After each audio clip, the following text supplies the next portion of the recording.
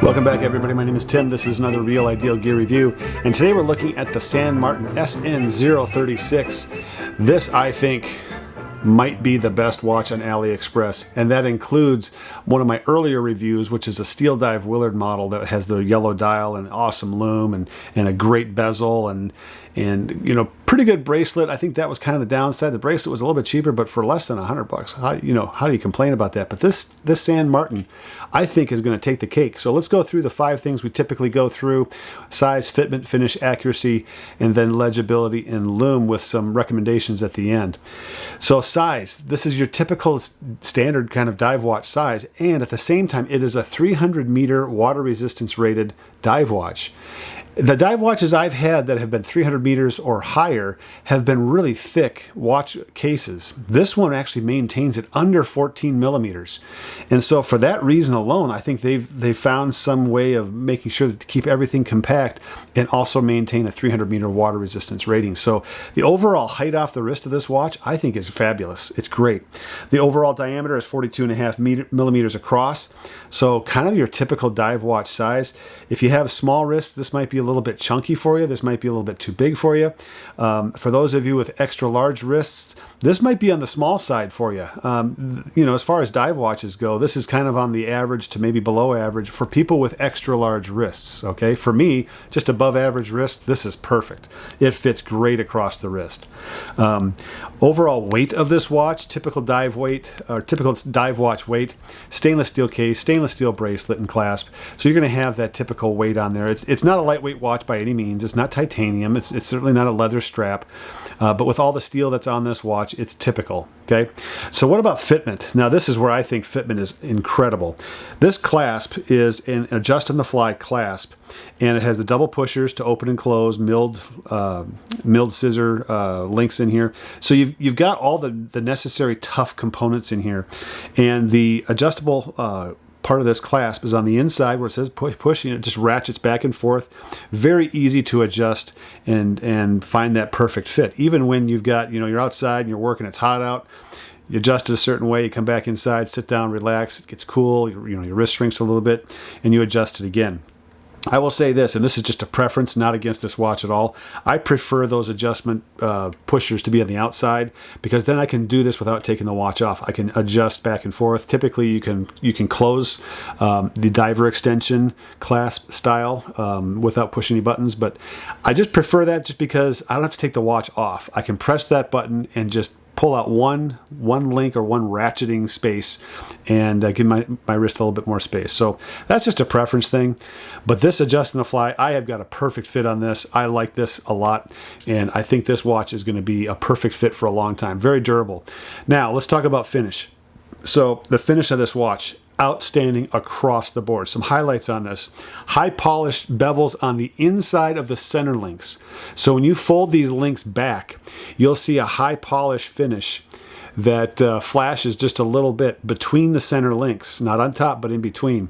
It's brushed on top for both the center and the outside links. And then you push back just a little bit, or just, as it wraps around your wrist, you notice that there is this high polished finish on the inside. I think that's a great touch. The chamfered edges on the bracelet, on the clasp, on the watch case itself are all high polished, so you get a little bit of flash. Kind of makes this more of a, a little bit more dressier of a dive watch or of a tool watch. You can use it for more occasions than just work or kind of the tooly kind of look occasions, kind of the casual stuff. I think you can get away with semi-formal with this easily.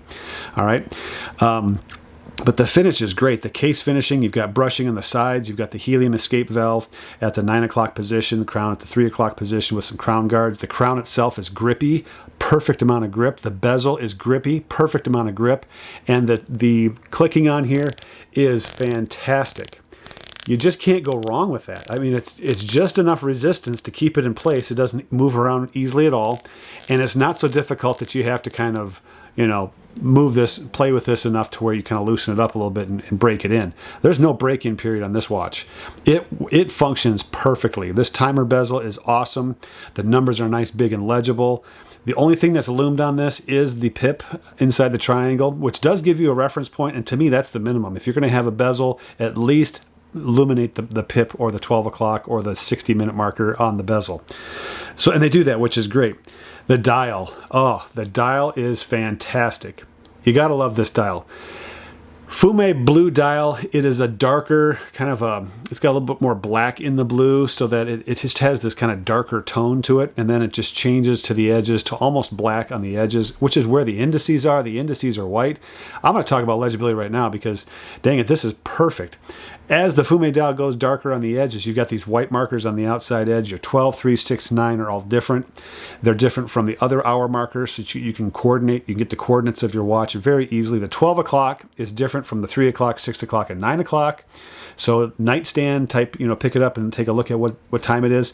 You know where the 12 o'clock position is.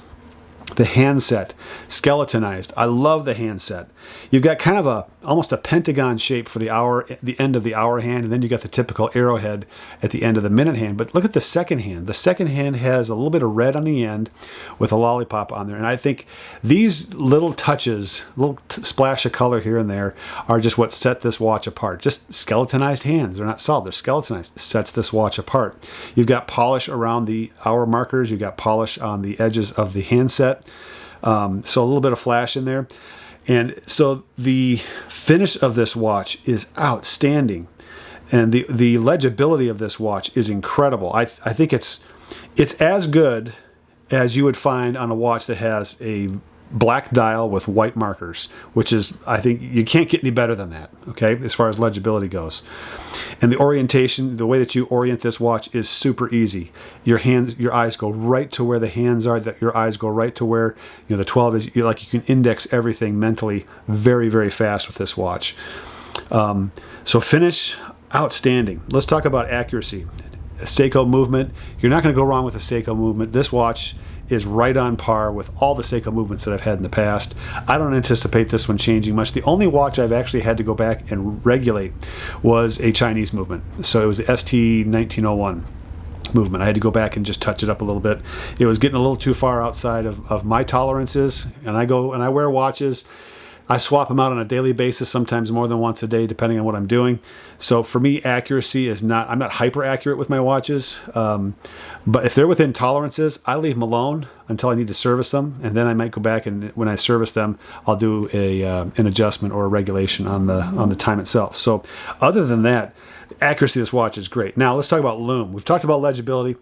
Highly legible dial, very great contrast. But what about the lume? The lume is excellent.